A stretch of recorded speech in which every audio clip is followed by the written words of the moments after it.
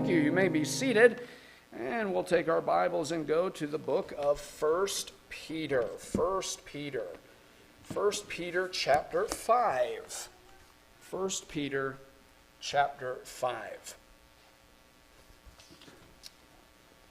For the next several Wednesday evenings that we're together, I'm going to be speaking on this subject, a church in danger. A church in danger. 1 Peter chapter 5 and verse 6 is going to be our text for the series, our theme verse for the entire series. And here it is, 1 Peter chapter 5 and verse 6. Humble yourselves, therefore, under the mighty hand of God, that he may exalt you in due time. Let's read that all together. Ready? Humble yourselves, therefore, under the mighty hand of God, that he may exalt you in due time. I would encourage you maybe to memorize that verse if you haven't already during the series and how it works itself out in the coming weeks. Humble yourselves, therefore, under the mighty hand of God, that he may exalt you in due time. History and experience have taught us that we are in most danger directly after a great victory. History has taught us that. And if you've lived any amount of life as a Christian, you'll say experience has taught us that. History and experience teach us that we as individuals and collectively as a congregation are in most danger directly after a glorious victory. But history and experience are not the only teachers that teach us this principle. The Scriptures teach us this principle through both example and edict. After the fall of Jericho, what looked like an impossible task to complete, and yet, not by swords and stave, but by a shout of victory, the walls of Jericho came down, and God showed his might in that. Right after that glorious victory comes the horrible failure of Ai. Needless death, needless loss, needless turmoil. After a great victory, we are in most danger of failure. The Scripture gives us the example of Peter. He sees the Lord on the water walking, and he bids the Lord to come to him. If you read that passage, it's almost as if the Lord says, if you must. Lord, can I come out to you? If you must, Peter. If that will be the verification you need to know that I'm the Lord, if you must, then come. And at first, he experienced a great victory. I don't know about you, I've taken a lot of baths in my life. I've never been able to hover on the water or walk on that water. The only water I've ever walked on was Lake Michigan when it was froze over a ways, and I foolishly in my youth went out on that water, on that ice. I could have went down under, and knowing me, like a rock would have sunk right to the bottom, flailing and sinking all the way down. No, Peter experienced a great victory, but immediately after that victory, he saw the storm. His eyes were taken off the Lord. He sees the storm, and fear sets in, and he begins to sink. After a great victory came a great failure. After God moved in the hearts of the early church and the congregants of the early church to meet a substantial need, and the people began to sell their property and their goods, and some even sold their land, and to Jewish culture, that was a great no-no. You didn't sell land, you passed it down to your family. It had to do with heritage. It had to do with being not only a dweller on the land, but a steward of the land. Our family is a steward of that. And people were selling that land and giving the proceeds to the church of God. That was a great victory for that early church. There was a substantial need, and God's people, God put it on the hearts of his people to meet the need of their church. And by the way, church is a sub-note here. It is not for the government to meet the needs of our church. It is not for us to put out the call to the wider Christian community, hey, can you come help us, It is for the people of God amongst a congregation to support the work of that congregation. And God was doing that through his people miraculously and so sacrificially. People were giving. A great victory was being experienced. A church victorious was being experienced. And immediately Satan put it in the heart of Ananias and Sapphira to come in and to attempt to lie to the Holy Ghost. They were experiencing a great victory, and now they have to put two of their own into the grave. Great loss. Take heed that when we think we are strong, we aren't on shaky ground about to fall.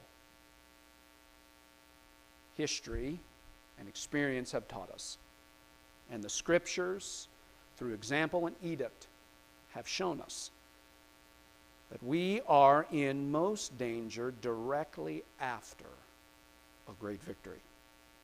Now, at this time in our history, and I'm speaking very, very intimately and very specifically about our church, at this time in our history, at this moment that we find ourselves in, we are a church victorious.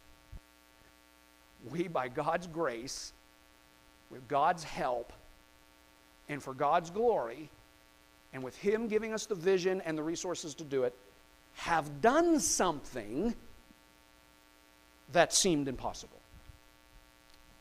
By God's help, we've defied the odds. By God's help, in a very short amount of time, we have taken nothing or a shell of nothing, and we've been able to make it into something. We are a church victorious at this moment.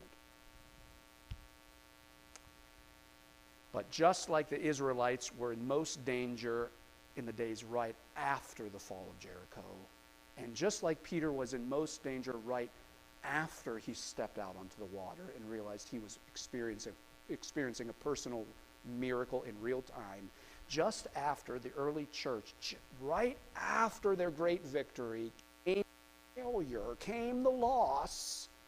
Church, we must be on guard. We must be aware that though we are victorious at the moment, though we are a church victorious in this very moment, at any other moment we could be a church on the verge of destruction, facing great failure, no longer a testimony of God's grace, but a testimony of failure and a destructive end. Now let us take this time that we are experiencing and let us rejoice. Don't get me wrong. We need to rejoice during this time. We need to celebrate during this time. We should celebrate each other during this time.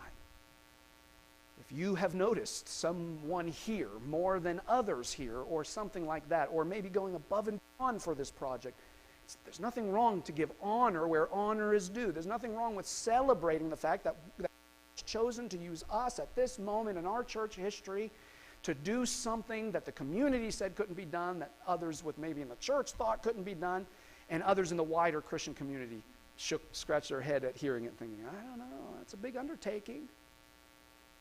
We have to understand that though it's a time of celebration and joy, it is also a time of danger that we must be aware of. So I no way through this series of messages wants to take away from the time of celebration, but I do want us to be realistic in understanding that our eyes need to be wide open, our spiritual senses need to be at their peak, and we must be on guard. Now, our text for the series is this: humble yourselves, therefore, under the mighty hand of God, that he may exalt you in due time.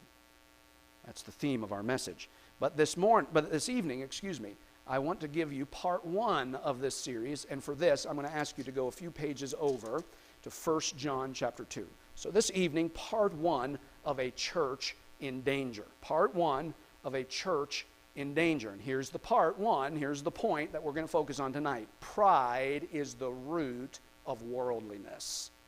Pride is the root of worldliness. And I endeavor tonight to show you this fact and to show you how these things come together and how one produces the other, how pride produces worldliness, and worldliness is a cancer to the church. If we want to escape the trap of worldliness, we don't need to get up here and preach about how long the skirts or dresses should be, or how loose-fitting they should be. That's a man's job to govern his family. That's a man's job to guide his family and how his family ought to dress and act and behave. I'm not saying there's never time for teaching on dress standards, but teaching on dress standards is not going to preserve a Bible-preaching church from worldliness. It's not going to do it. I'm glad that we have what I believe to be a high and holy standard of music when we come together. Church music ought to be, it ought not be first and foremost emotional. It ought to stir our emotions. It may stir our emotions, man. You sing the old rugged cross in just the right way, and my emotions get stirred.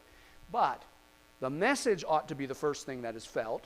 The message is the first thing that ought to be experienced. The message ought to be the first thing that's heard. Not the beat, not the tune, but the message. The message ought to be that. And I'm glad that we have a high and holy standard of music. But a high and holy standard of music, congregational worship music, is not going to keep worldliness out of the church. I'm glad that our instruments are instruments that don't lend to our flesh starting to bebop, and I'm glad that the instruments in our orchestra are conservative, and we're erring maybe on the side of caution. But the right instruments in the orchestra aren't going to keep worldliness out of the church. Worldliness is a cancer to the church. It puts a church in a very dangerous position where God cannot bless it, where God cannot advance it, and it slowly erodes at our love for God and replaces a love for the world in its place. Worldliness is a cancer to a church. But pride is the root. Worldliness is just the fruit. If we're going to keep worldliness out of our church, we have to understand we're in a prime position for Satan to put a seed of pride in our heart. And if pride enters the heart, pride gets a hold of us, worldliness will be the thing that naturally comes after that. Number one tonight, pride is the root of worldliness. I've invited you to 1 John chapter 2. 1 John chapter 2. Notice beginning in verse 15, love not the world, neither the things that are in the world. If any man love the world, the love of the Father is not in him. For all that is in the world, the lust of the flesh, and the lust of the eyes, and the pride of life, is not of the Father, but is of the world. And the world passeth away, and the lust thereof. But he that doeth the will of God abideth forever. Number one tonight, in speaking about pride as the root of worldliness, note this. Worldliness is not an action. Worldliness is a state of mind. Mark it down if you're taking notes. Point number one tonight. Worldliness is not an action. It will lead to action. It will lead to bad habits. It will lead to opening up boundaries that God had set and tearing down boundaries that God has set and a trampling over those boundaries, and it will propel us into bad action and into what we normally call worldly actions, worldly behavior. But long before the action is seen, there is something going on in the heart. There's something going on in the mind. Worldliness, once seen, is only the evidence of the thing that has already been growing in the unseen. You see, you can't preach worldliness out of somebody. You can't beat worldliness out of somebody. You can't shout worldliness out of somebody. You can't chase somebody and be behind them, constantly encouraging them in the right way, and think that that's somehow going to remove worldliness out of them. Worldly actions are only the offspring of what worldliness is in reality. Worldliness is not the action itself, it's the thing that produces the action. It is the state of mind, it is the condition of the heart.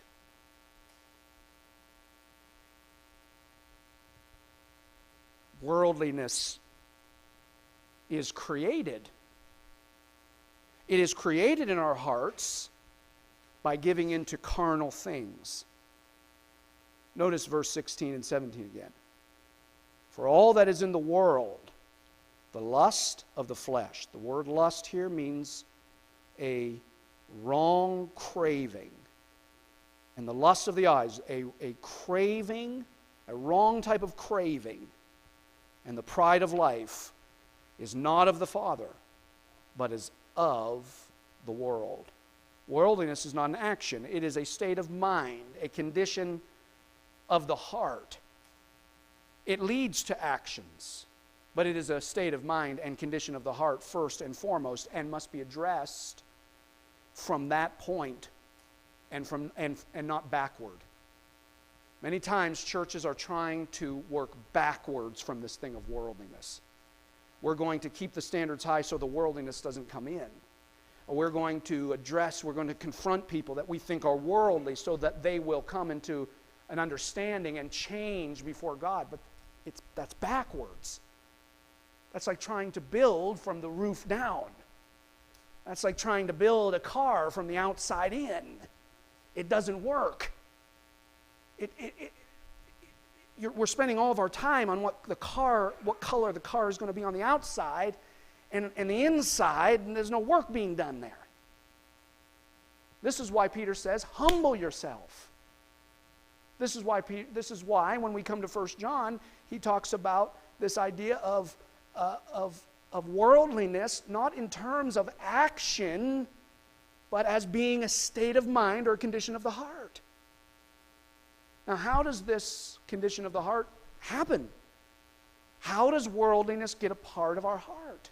Well, there are three things. There's a three-pronged route to worldliness. They're seen there in verse 16. The lust of the flesh. That is the cravings of our flesh. What else does he say there? The lust of the eyes. That is the craving of our desires. Our eyes are the gateway to our mind. We see what we do not have. We see those we do not have. We see what others are living, the lives they're living, and we begin to crave what we have not legally or lawfully been given or blessed by God with. Cravings of our desires. And then notice the last one, the pride of life. Or in other words, the craving to be exalted. Pride says, I need to be lifted up. I deserve to be lifted up. I deserve to take credit for this. I deserve to be able to accomplish this task that is set before me so that I can say I accomplished this task. That's what pride is. Lust is this craving, this carnal craving of the flesh, the craving of our desires, and the craving to be exalted. This is the three-pronged root of worldliness. And we're focusing only on that one of pride. Worldliness leads to deep and meaningful love for the world. As that root begins to take hold in our life, or those roots I should say, but we're dealing with only the root of pride. As that root of pride takes a hold of our life and begins to grow, what does it begin to produce? It produces a love for the world. Notice in verse 15 here, love not the world, neither the things that are in the world. As we give in to those cravings, that lust, as Peter calls it here, as we give in to that pride of life, we feed that pride by maybe being too aggressive or being really sensitive to people's comments or whatever the case might be. Pride has a multiplicity, can come in a multiplicity of forms. It just has many, many forms that can come in, and we need to learn to recognize our version of pride, the thing that the kind of pride that really trips us up at.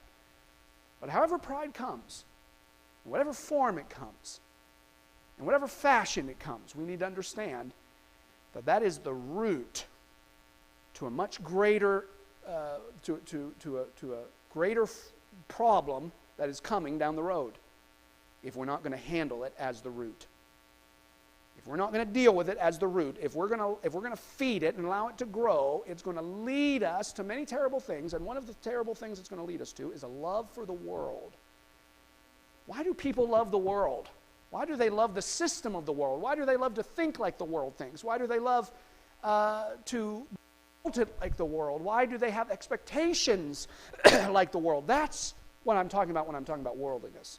Again, we're not talking about dress standards or music or all these other things.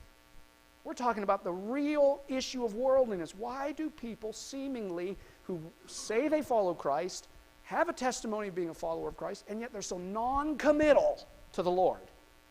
Why? Because there is a root of pride.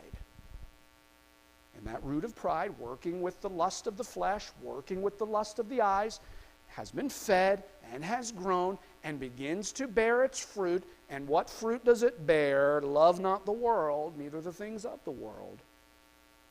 If any man loves the world, the love of the Father is not in him. The love of the world, worldliness, the mindset that produces worldly actions, the love of the world is worldliness.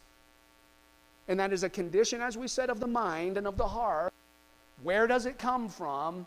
Why do we seemingly battle with it after years of being a Christian? I'll tell you why, because that is only the fruit, but the root is something that looks completely different.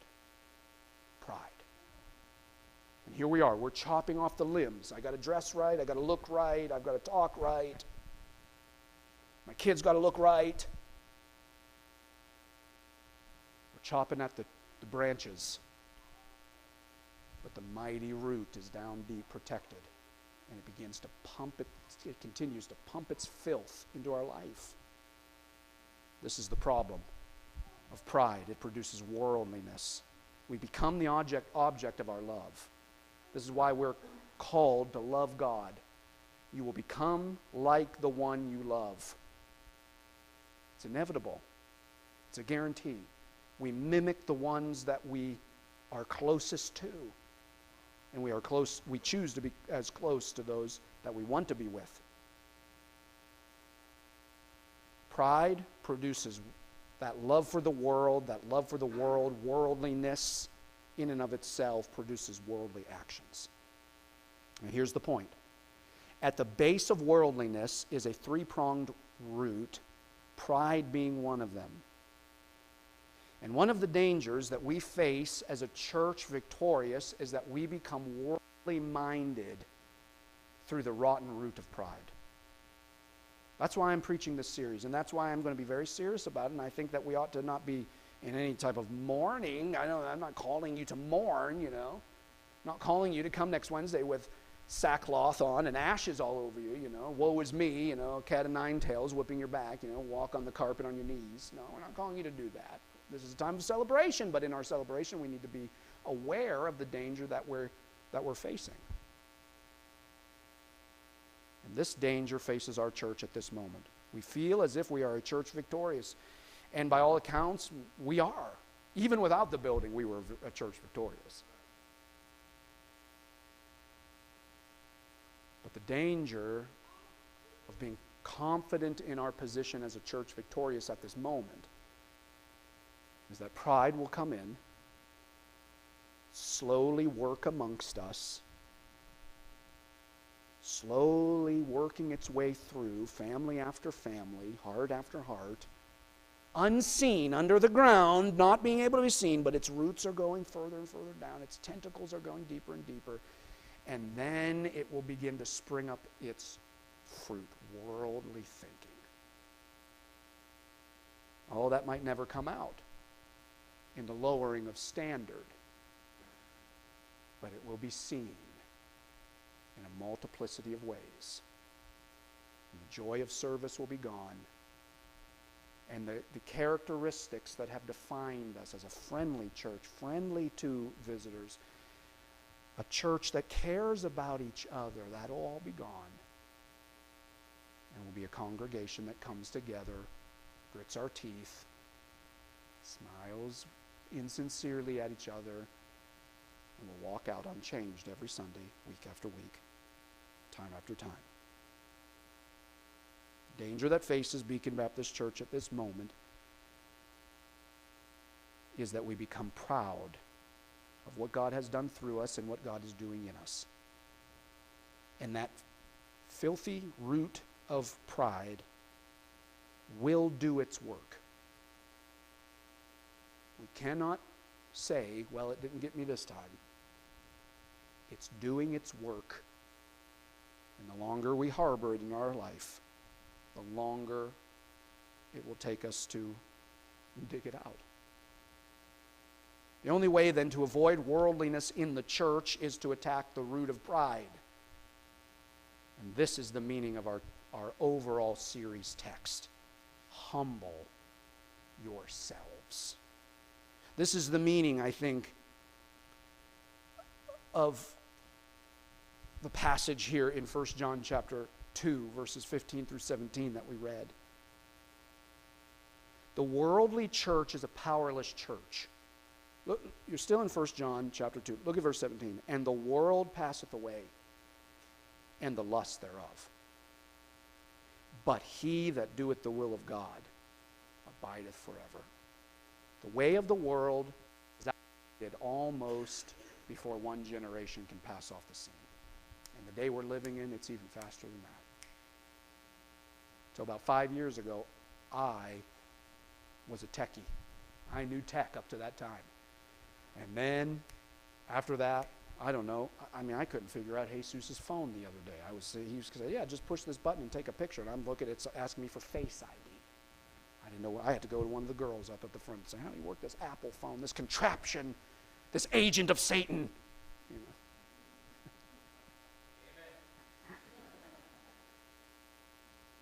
The way of the world expires very quickly. It's got a short shelf life.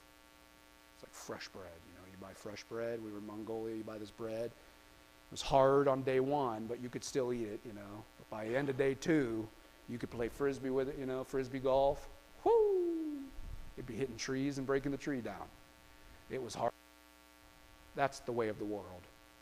That's the way of the world. They say, this is a funny illustration, but they say to men, the first 3 suits you should buy is a blue one, a black one, and a gray one.